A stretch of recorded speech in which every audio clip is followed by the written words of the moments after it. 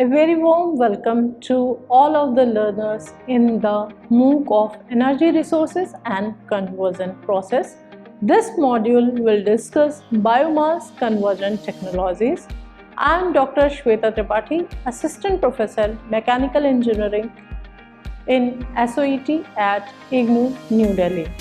The learning outcomes of this module is you will be able to learn technology available of conversion of biomass, physical, biological and thermochemical conversion processes, detailed design procedure and advantages and limitations of these technologies.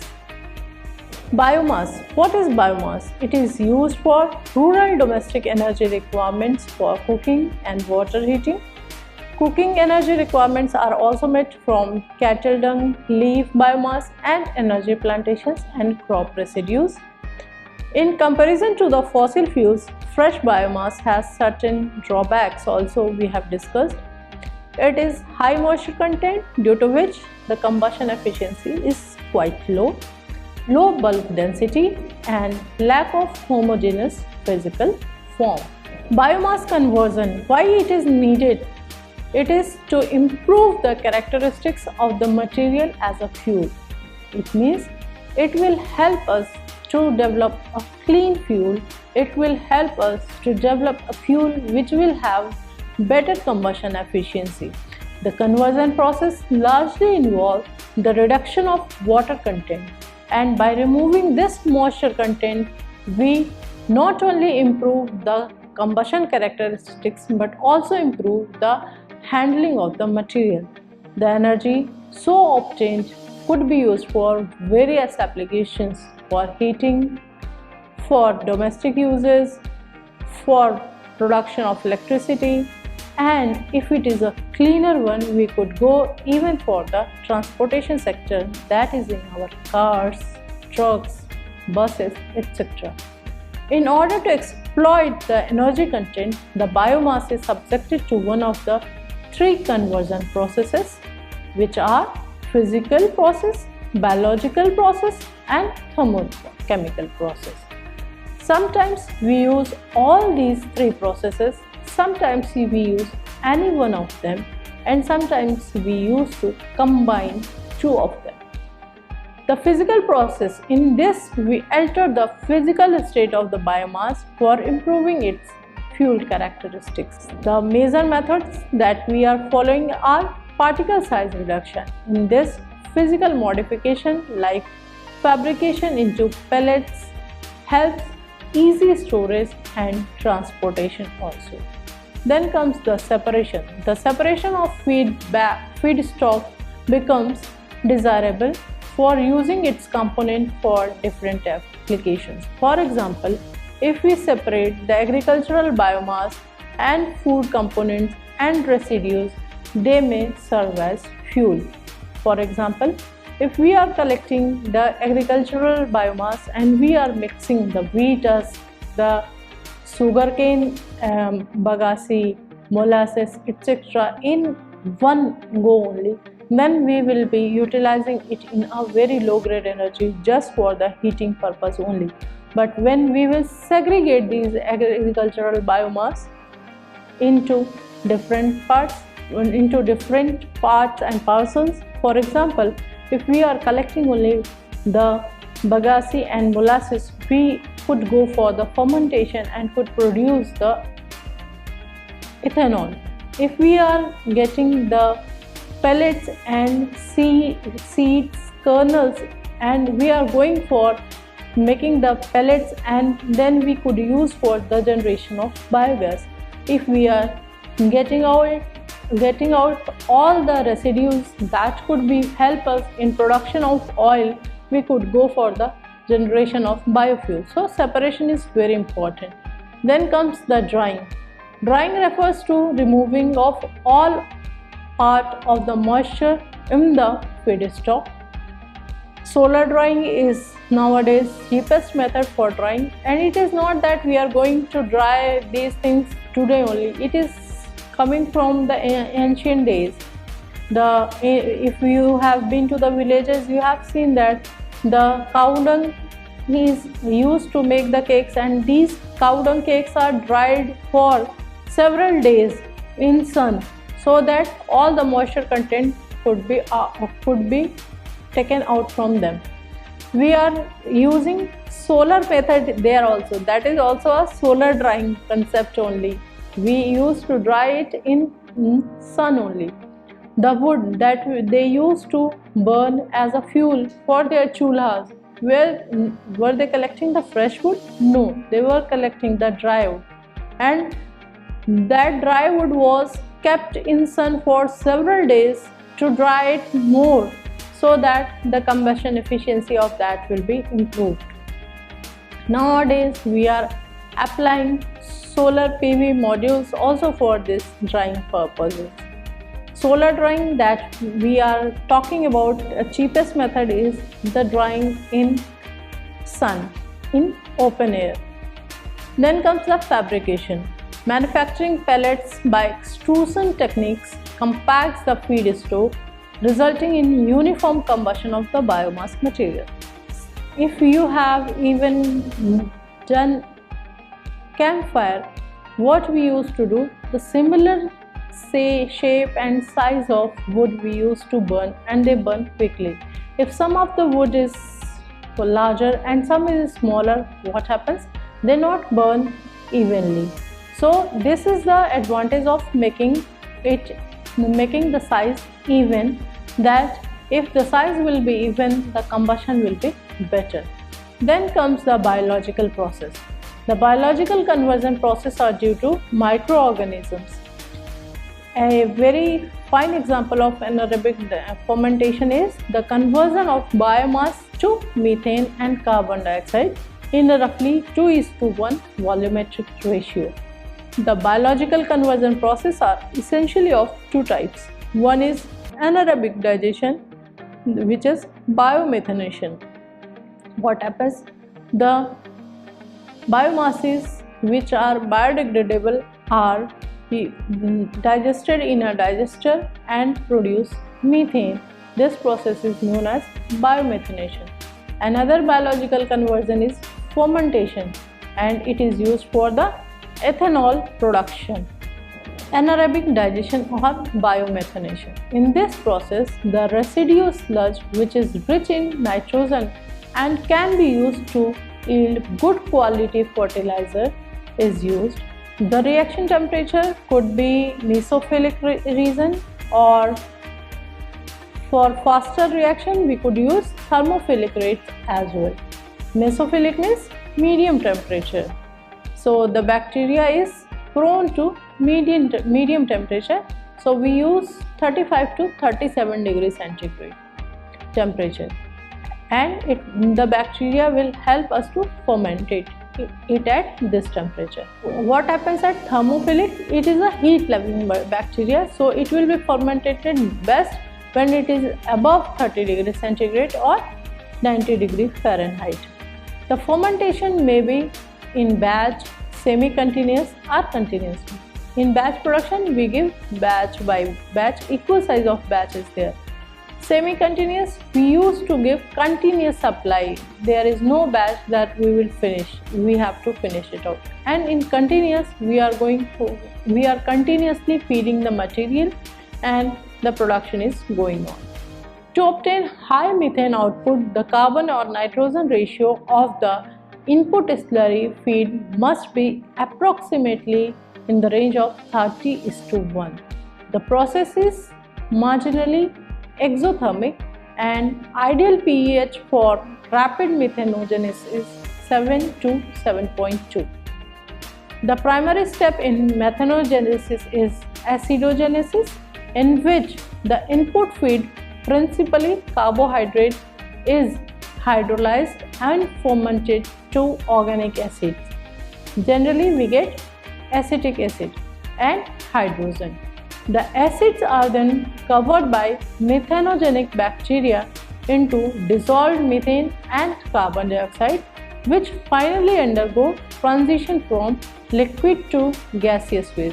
In this process, about 70% of the methane is obtained from acetate. Then comes the fermentation, which is used for the generation of alcohol, that is ethanol generally. In alcoholic fermentation, what happens? Certain types of starchy biomass such as corn and high sugar crops are readily converted into ethanol under anaerobic fermentation conditions in the presence of certain yeast and other organisms. In India, we use sugar, bagasse and molasses from sugarcane, while in foreign we are using corn etc. for the production of alcohol, that is ethanol. Then comes the thermochemical process. As the name refers, thermo means heat. We have to generate heat, and some chemical process will be there as well. So thermochemical conversion refers to the alteration of the physical and chemical both of biomass through heating. Biomass feedstock has unique properties that make them ideal for thermochemical conversion. It converts 85 to 95% of the organic material in the feedstock to liquid and gases with very high efficiency. From direct conversion, the conversion through thermochemical conversion is better, because when we are going for direct conversion, that is directly burning these fossil fuels, what happens? Ash content is more, and when we convert it into liquid and gases, the ash content is very less.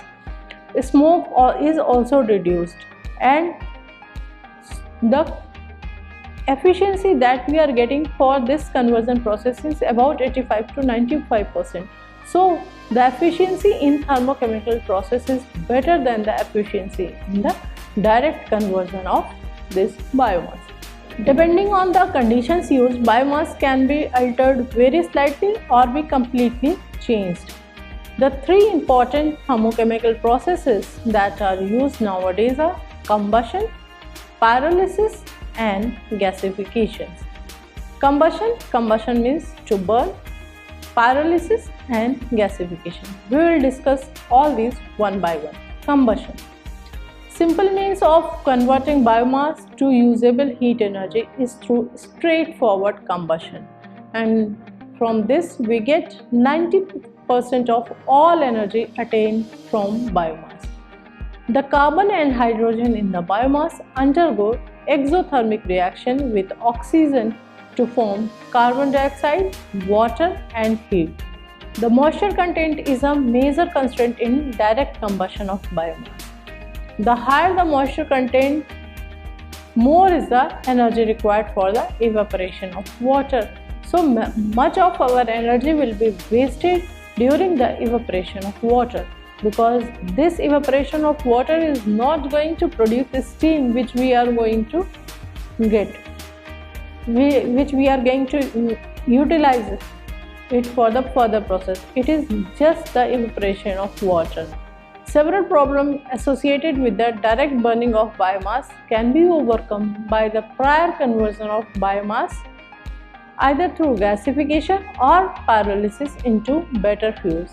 Dried wood chips, cereal, straw and organic refuse with heat contents of 18.6 to 20.9, 16 to 17 and 10.5 megajoule per kg are the potential for biomass.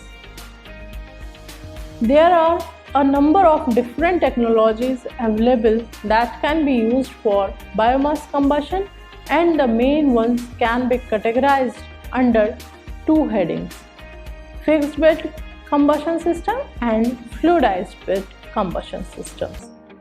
In fixed bed combustion, what happens? Air is primarily supplied through the grate from below, and initial combustion of solid fuel takes place on the grate, and some gasification occurs. This allows for secondary combustion in another chamber above the first, where secondary air is added. On the basis of the strokers, they are further divided as underfeed strokers and grate firing. Underfeed strokers. What happens? Generally, they are suitable for small scale system. In underfeed strokers, the biomass combustion is safe and these are relatively cheap as well. They have the advantage of being easier to control than other technologies since load changes can be achieved quickly and with relative simplicity due to the fuel feed method. Fuel is fed into the furnace from below by a screw or conveyor and then forced upwards into the grate where the combustion process will begin. These underfeed strokers are limited in terms of fuel type to low ash content fuels such as wood chips. Due to ash removal problem, it is not feasible to burn ash-rich biomass as this can affect the airflow into the chamber and cause combustion conditions to become unstable. Then comes the grate firings. There are several types of grate firing with both fixed and moving grates. They have the distinct advantage over underfeed strokers in that they can accommodate fuels with high moisture and ash content as well as with varying fuel sizes. It is very important that fuel is spread evenly over the grate surface in order to ensure that air is distributed uniformly throughout the fuel and thus combustion is kept homogeneous and stable as well. There are a number of different types of grate firing which include fixed grates, moving grates, rotating grates and traveling grates. Traveling grates means rotational motion. This was all about the fixed bed combustion. Now we will discuss fluidized bed combustion. In fluidized bed combustion systems, furnaces operate in quite a different manner from fixed bed furnaces and have a number of advantages associated with them. There are two main types of fluidized bed furnace. One is bubbling fluidized bed and circulating fluidized bed. In bubbling fluidized bed furnace, the fundamental principle is that the fuel is dropped down from above into the combustion chamber to a bed. Usually, silica sand sits on the top of nozzle distributor plate through which air is fed into the chamber with a velocity of in the range of 1 to 2.5 meter per second. The bed normally has a temperature of 800 to 900 degrees centigrade and the sand accounts for about 98% of the mixture with the fuel, then making up a small fraction of the fuel and bed material.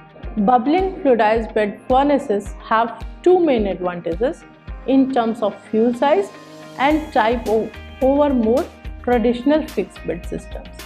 Firstly, they can cope with fuel of varying particle size and moisture content with little problem, and second, that they can burn mixtures of different fuel types such as wood and straw. Now comes the circulating fluidized bed furnaces. What happens in this? The air velocity is increased to 5 to 10 meter per second. Then a circulating fluidized bed system can be achieved, where the sand is carried upwards by the flue gas and a more thorough mixing of the bed material and fuel takes place. So the mixture will be circulated by the flue gas. Mixing will be better.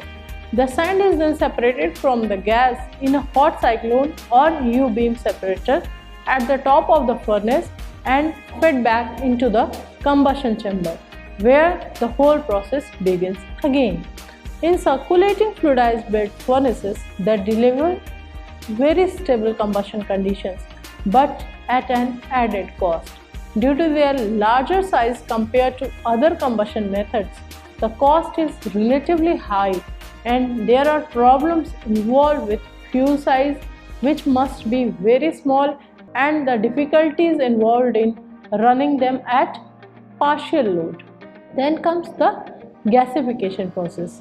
As the name itself says, it is to convert it into gas. Gasify means to produce gaseous fuel. A large number and huge quantities of biomass material are available from different sectors of economy, which are peat, wood and its waste, charcoal, agricultural waste. Agricultural waste means maize cobs, coconut shells, coconut husks, cereal straws, rice husks and even parale these days. Organic solid waste from agro industries and solid municipal waste are available and can be used for gasification. Gasification is defined as the partial combustion of biomass.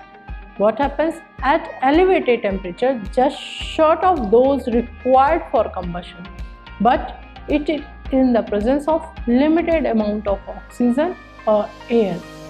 In this process, biomass can be primarily converted into a mixture of carbon monoxide, hydrogen and volatile hydrocarbons. This process is called gasification and the objective is, as the name implies, to produce gaseous fuel. It is very important to ensure complete combustion, else some tar or char is always formed. This tar is very undesirable as it is sticky and being corrosive, and it creates problem in handling and disposal through staged gasification or combustion system. To avoid this production of tar, we go for the staged gasification or combustion process. Wood and agricultural residues can be used as feedstock for gasification.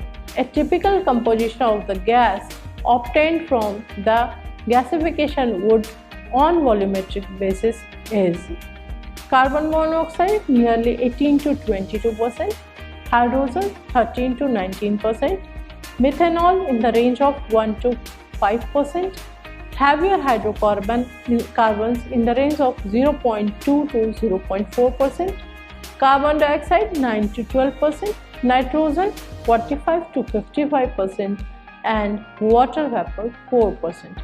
As we have seen that nitrogen is very much here, so when we use this bioenergy after the gasification, the emission of NOx is very much. NOx is oxides of nitrogens.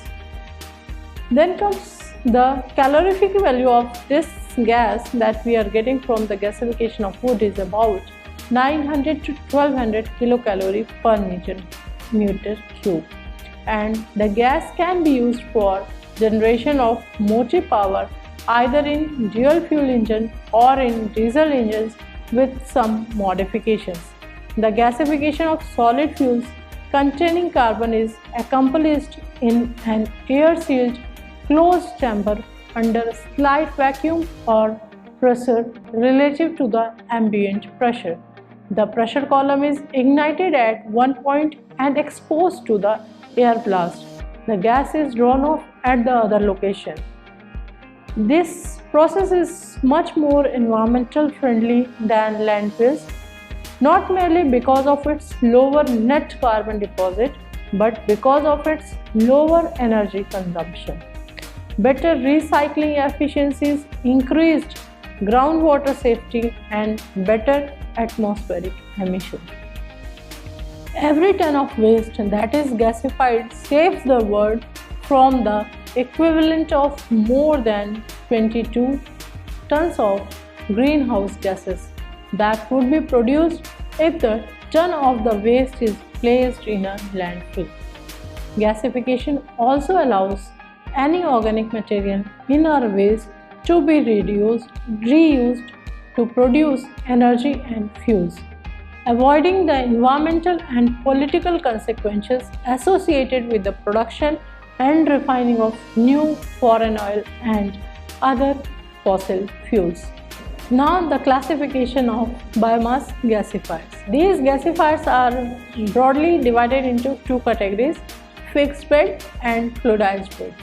Depending upon the positions of air inlet and gas withdrawal with reference to the fuel bed movement, three broad types of fixed bed gasifiers have been designed and operated.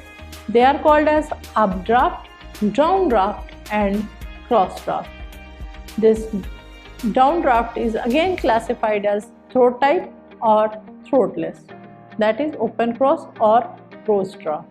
Updraft or counter gasifier. First is forced draft gasifiers. This is the oldest one and simplest type of gasifiers. In the counter current or updraft gasifier, the flow of air is provided from the bottom and gas exits from the top of the reactor in the updraft gasifiers. Due to the opposite streams of air intake and gas outlet, it is also named as counter current gasifier. The combustion zone or hearth zone is formed just above the grate. The upflowing hot gases reacts with downfalling hot carbon, resulting in the formation of reduction zone. This zone is formed above the combustion zone. The further decrease in temperature as the gases move up help in pyrolyzing the woody material and forms a pyrolysis zone just above the reduction zone. Before leaving the reactor, the hot gases dry the material, which is creating a drying zone in the reactor. The heat is transferred by forced convection and radiation from the lower zones to upper zones. The tars and volatiles produced during the process will be carried away in the gas stream. Ashes are removed from the bottom of the gasifier. Then comes the natural draft gasifier. As the name says, natural draft generated naturally. The distinctive feature of this type of gasifier is that it operates on chimney effect without electrical input. These make it ideal for places where there is no electricity or have interrupted power supply. The design of the gasifier is simple and manageable by rural people as well. The major advantage of this type of gasifier are its simplicity, high charcoal burnout and internal heat exchange, leading to low gas exit temperatures and high equipment efficiency, as well as the possibility of operation with many types of feedstock such as sawdust, cereal, hulls, etc. The gases contain high tar, dust and moisture, which are deposited in gas pipelines.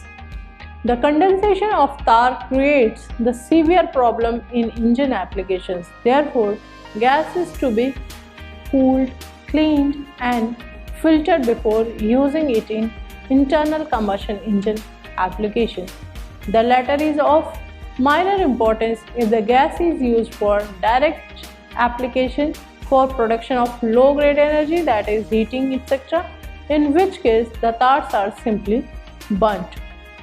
Downdraft or co-current gasifier. The tar content in the gas stream can be reduced by modifying the design of gasifier reactor. The simple solution is to draw the gas from bottom so that the reduction zone shifts to just below the combustion zone. The major gas production occurs in this zone. The hot carbon, which is pyrolyzed coke, is then just first passed through the combustion zone and reaction takes place in the reduction zone with hot gases and vapor.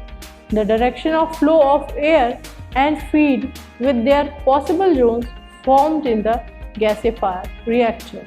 Depending on the temperature of the hot zone and the residence time of the tarry vapors, a more or less complete breakdown of the tars is achieved. The main disadvantage of downdraft gasifier lies in the possibility of minimizing the tar content in gas, which may be suitable for engine applications.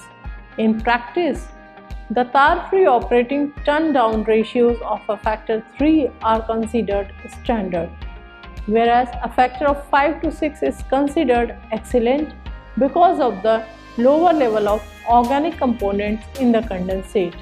Downdraft gasifier suffers less from environmental objections than updraft gasifier do. Downdraft gasifiers also suffer from the problems associated with high ash content fuels, slagging largely than updraft gasifier. Now comes the cross-draft gasifier.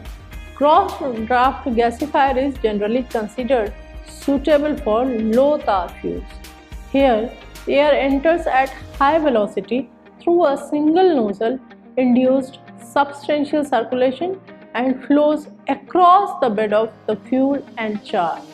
It produces very high temperature in a very small volumes and results in the production of low tar gas, permitting rapid adjustment to engine load changes. The advantage of this type of gasifier is instant starting and the simple construction. Fluidized bed gasifier. The downdraft and updraft gasifier are highly depending on the physical, chemical and morphological properties of fuels. The operating problems are encountered of feed flow, slagging and extreme pressure drop, especially in fine mass materials like rice husk, soya husk, etc. The fluidized bed gasifiers are designed to solve these problems. In these types of gasifiers, air is blown through a bed of solid particles at a sufficient velocity to keep these in a state of suspension. The bed is originally externally heated and the feedstock is introduced as soon as the sufficiently high temperature is reached. The fuel particles are introduced at the bottom of the reactor very quickly and is mixed with the bed material and almost instantaneously heated up to the bed temperature. Because of this treatment, the fuel is pyrolyzed very fast, resulting in a component mix with a relatively large amount of gaseous material. Further, gasification and tar conversion reactions occur in the gaseous phase. Most systems are equipped with an internal cyclone in order to minimize char blowouts as much as possible. Ash particles are also carried over the top of the reactor and have to be removed from the gas stream if the gas is used in engine applications. The major advantage of fluidized bed gasifiers are their ability to deal with fine-grained materials, for example sawdust, etc., without the need of pre-processing as well as an easy control of temperature. The major drawbacks with these gasifiers are their bed stability, the complete carbon burnout and poor response to load changes. Therefore, good control systems are to be incorporated with these gasifiers. The economic feasibility seems to be better in large systems, that is for more than 500 kW. Some other gasifiers that are indirect type gasifiers, double fires, entrained bed and molten batch type gasifiers are also developed and tested in this field. The sophisticated equipments and their economic feasibility with size have restricted the use of the gasifiers in this field. Now comes the pyrolysis process, the third process for thermochemical conversion of biomass. It takes place at elevated temperature but lower than those for the gasification below 600 degrees centigrade, and insufficient or absence of air, all three primary products char, tar and gas can be recovered. The reaction conditions can be controlled to favor one of these products. For example, higher heating rates generally favor production of at the expense of char and gas. The pyrolysis gas contains carbon dioxide, carbon monoxide, hydrogen, ethane, ethylene and minor amounts of higher gaseous organics and water vapor. The most common form of biomass pyrolysis is carbonization, that is, to produce char. Char is superior as a fuel compared to wood or agricultural residues, as its production can be afforded in very simple systems. Chars, besides being easily produced in more energy dense than their parent biomass forms, and has considerable advantages. Being essentially smokeless fuels, they are mostly used as fuels for cooking and water heating purposes in developing countries. Under conditions of shorter residence time at high temperatures, generally not more than 400 degrees centigrade, and under oxygen deficient or inert atmosphere, pyrolysis can also be used for tar production. Tars have undesirable physical properties. They are viscous at ambient temperature, not complexly volatile, exhibit high oxygen content, gummy corrosive, and do not mix with conventional fuels. Fixed bed, moving bed, or fluidized bed reactors are used for pyrolysis as well. It is a destructive distillation of organic materials in absence of oxygen to produce the mix of solid, liquid, and gases. Generally, the heating rate and temperature range of process decides the production of solid or liquid fuels. Pyrolysis liquid is referred to by many names, including pyrolysis liquid, pyrolysis oil, biofuel oil, and biofuel crude oil, wood liquids and wood oil, liquid smoke, etc. It is combustible and renewable, hence we use the term bio for the liquid that is produced through pyrolysis, and its heating value is nearly half that of conventional fuel, typically 16 to 18 megajoule per kg. Now the types of pyrolysis. This process is of two types: slow pyrolysis and fast pyrolysis. In slow pyrolysis, it is normally carried out at low temperature range in between 400 to 600 degrees centigrade and uses mainly the major fuel of charcoal to produce oil and char. Heating rate should maintain for slow pyrolysis in the range of 5 to 0 degrees centigrade per minute, whereas in fast pyrolysis, the major constituents of liquid fuel may be obtained by keeping the temperature of 600 degrees centigrade to 700 degrees centigrade, and heating rate is 5 to 10 degrees centigrade per second. Ablative pyrolysis is a type of fast pyrolysis. The fast pyrolysis route offers a more intensive and potentially compact reactor system. In the process of fast pyrolysis, material is kept in inert environment such as nitrogen, and then required temperature and proper heating rate is achieved to maximize the liquid fraction as a fuel from organic material. The biomass is rapidly heated in the absence of oxygen. As a result, it decomposes to generate mostly vapors and aerosols to the traditional pyrolysis process for making charcoal. In fast pyrolysis process, the product yield is 75% liquid, 12% char, 13% gas, and the temperature is 600 to 1000 degrees centigrade, and residence time is 3 to 5 minutes. In a slow pyrolysis, the product yield as liquid is 25%, char is 35%, and gas is 40%. The temperature range here is 400 to 600 degrees centigrade, and residence time is 30 minutes to 1 hour. In carbonization process, the liquid product yield is 30%, char 35%, and gas 13%, and the temperature range is 400 to 600 degrees centigrade, and residence time for this is also 30 minutes to 1 hour. Then gasification.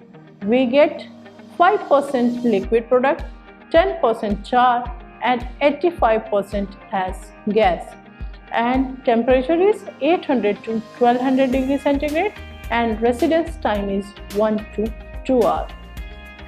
So now we have discussed the various conversion technologies that are available for converting the biomass into bioenergy. We have discussed the physical process, biological process and thermochemical process. In biological process, we discussed biomethanation, methanation and fermentation. In thermochemical process, we have discussed direct combustion, pyrolysis and gasification process. These processes have their advantages and limitations. The products that we get from these processes are widely used in India. Thank you very much.